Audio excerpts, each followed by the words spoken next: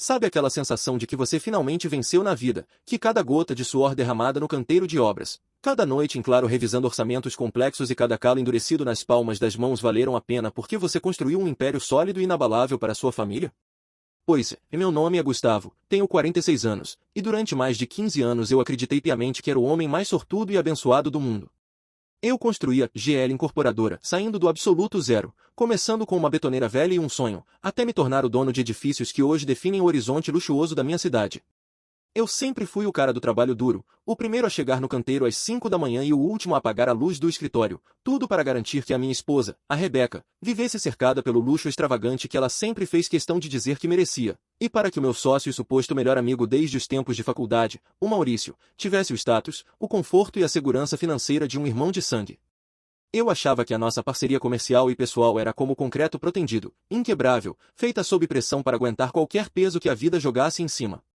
Eu dei a eles tudo que o dinheiro podia comprar, joias exclusivas, carros importados, cargos de confiança absoluta e a minha lealdade cega e inquestionável.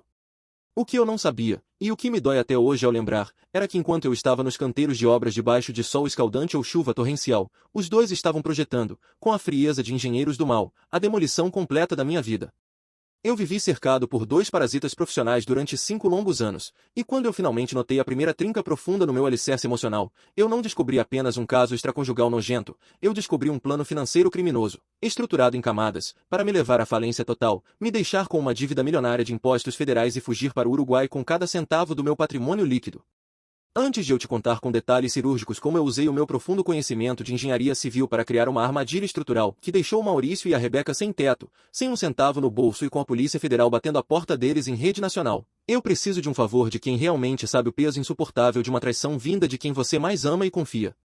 Se você também tem repulsa visceral por gente ingrata, por gente que morde a mão de quem deu a oportunidade de ser alguém na vida, deixe o seu like agora mesmo. O seu like é o que me motiva a continuar erguendo esses relatos de justiça e superação aqui no canal para vocês. E se você quer acompanhar o passo a passo de como eu recuperei cada tijolo do meu império e deixei esse casal de cobras na sarjeta absoluta, inscreva-se no canal e ative o sininho de notificações. Agora, respira fundo, ajusta o volume e presta muita atenção nos detalhes técnicos dessa vingança, porque o dia em que eu instalei câmeras térmicas de alta precisão escondidas no forro do meu escritório particular foi o dia em que o Gustavo, provedor bonzinho, morreu e o Gustavo, justiceiro implacável, assumiu o comando definitivo da obra da minha vida. Tudo começou quando eu notei, através de uma intuição que só quem vive de números conhece, que a nossa margem de lucro líquido em 3 grandes empreendimentos imobiliários de alto padrão estava evaporando inexplicavelmente.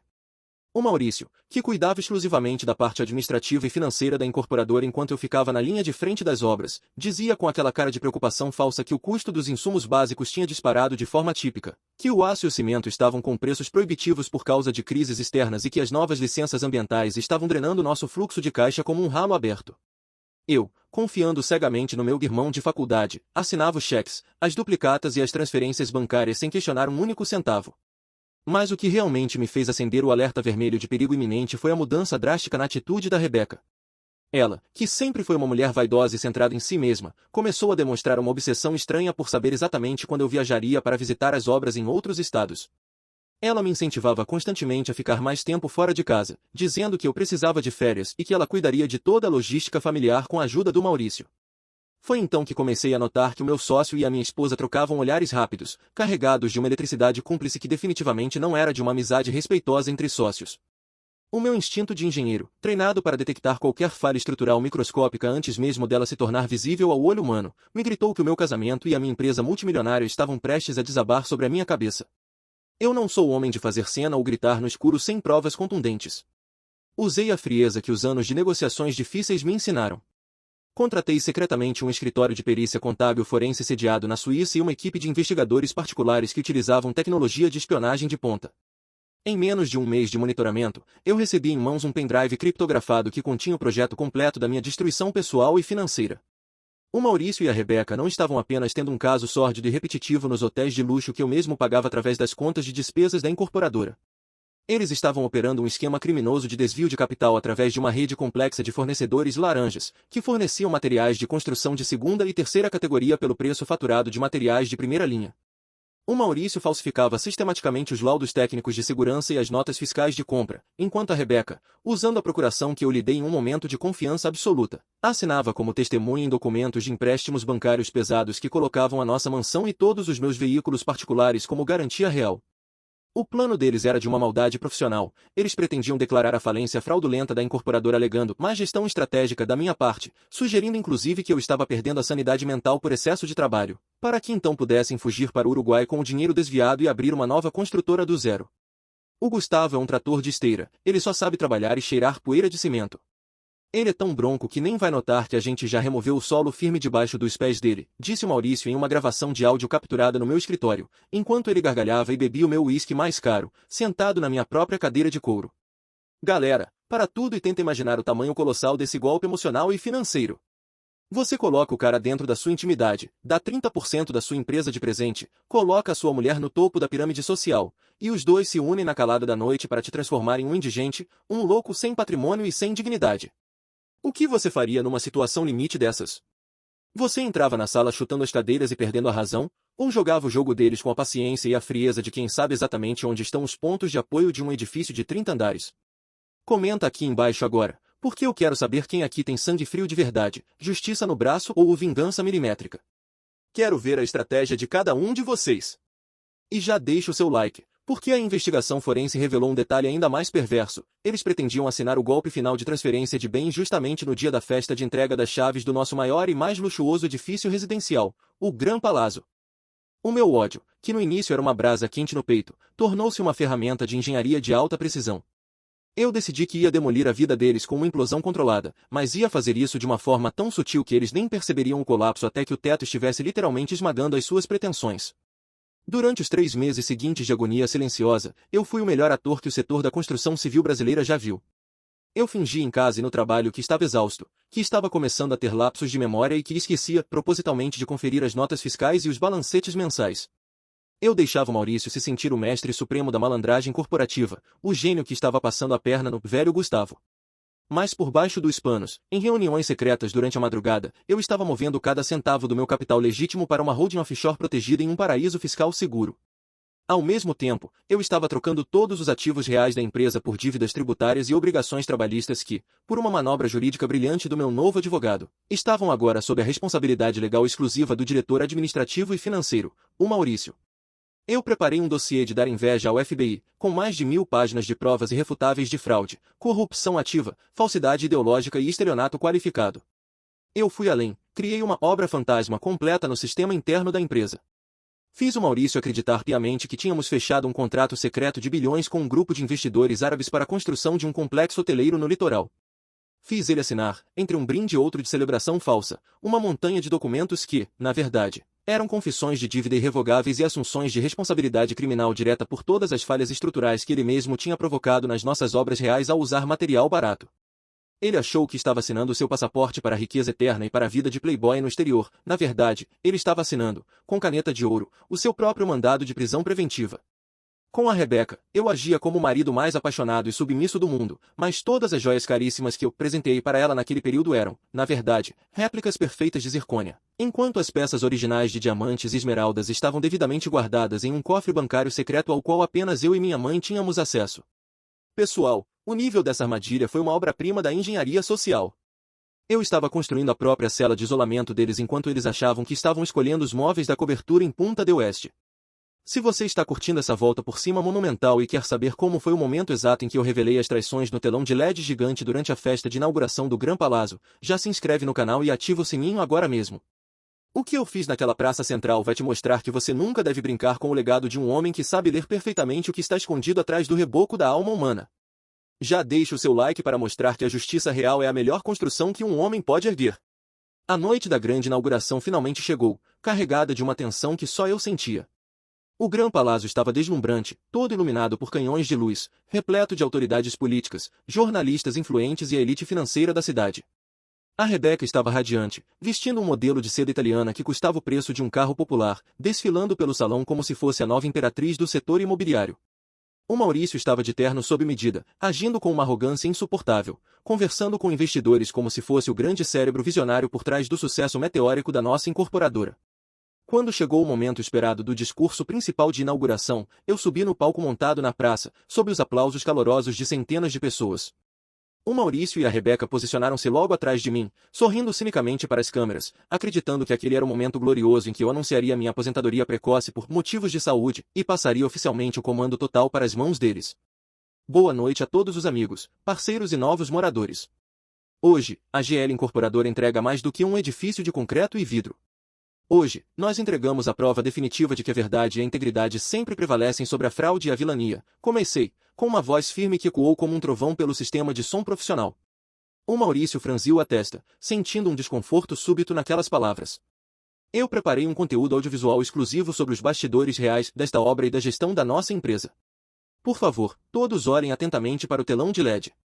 Em vez de imagens institucionais da construção ou depoimentos de clientes satisfeitos, o telão de alta definição exibiu, para choque de todos, os vídeos nítidos de segurança capturados por câmeras escondidas, mostrando os dois em situações obscenas nos hotéis de luxo.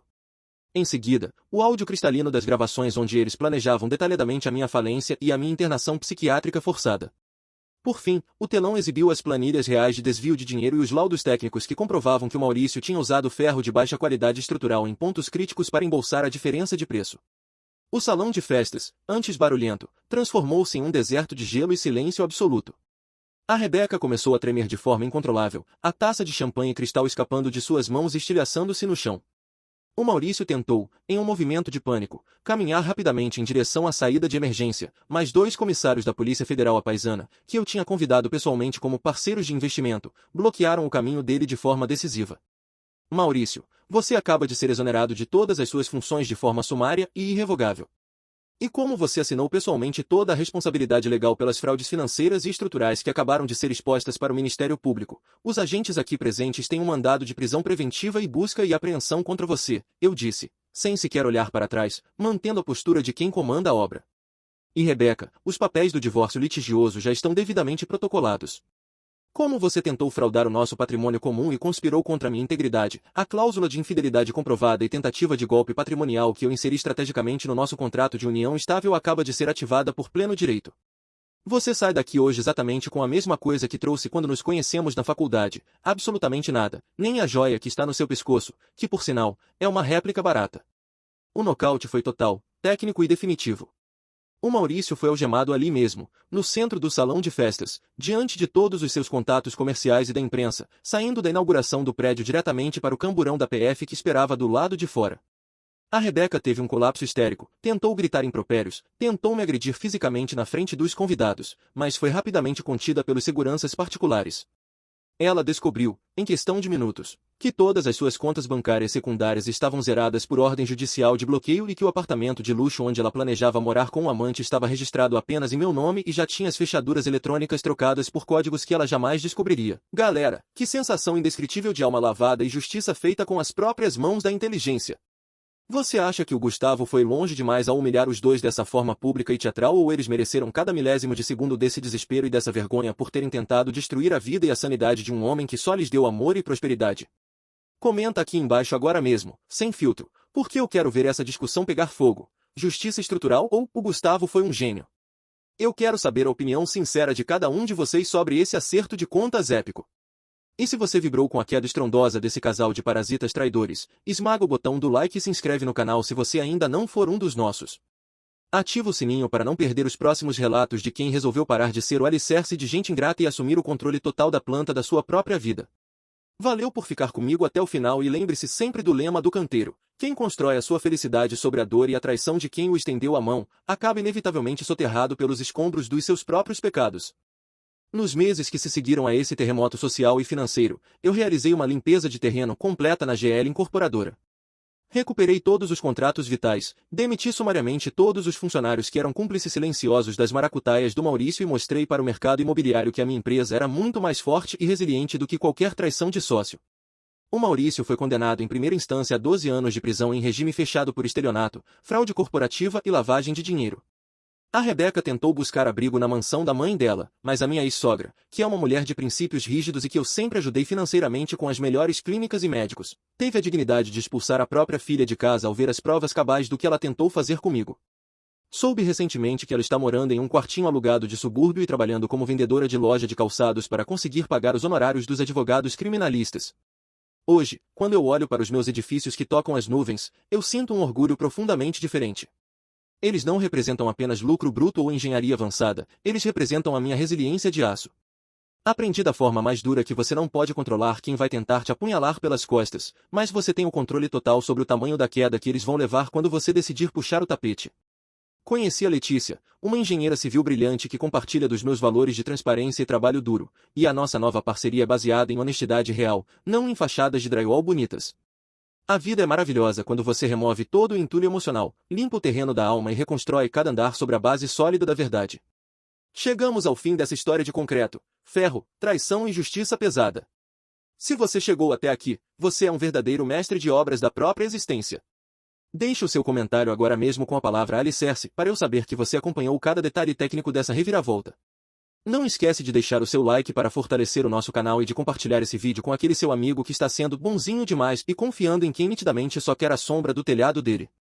Se inscreva no canal e ative o sininho para as próximas histórias que vão te ensinar a ser o dono do seu próprio projeto de vida e o arquiteto do seu destino. Valeu, galera, e lembre-se sempre da regra de ouro da trena. Nunca deixe ninguém medir a sua vida se você não tiver o controle absoluto da medição. Fui.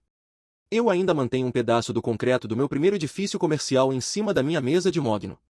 Ele serve para me lembrar todos os dias que o que é construído com honestidade, suor e verdade aguenta qualquer tempestade, por mais violenta que ela seja. O Maurício continua me mandando cartas chorosas e desesperadas da prisão federal pedindo perdão e uma segunda chance, mas eu uso cada uma delas para forrar a caixa de areia do meu gato. O perdão é uma conta que ele deve acertar com Deus. Comigo, ele só tem o que o contrato rígido da vida determinou, o retorno exato e implacável do que ele plantou na calada da noite. Fiquem com Deus, mantenham os olhos bem abertos nas juntas de dilatação do seu círculo social e nunca esqueçam que a próxima rachadura pode ser o sinal definitivo de que o desabamento total está por vir. Até a próxima missão!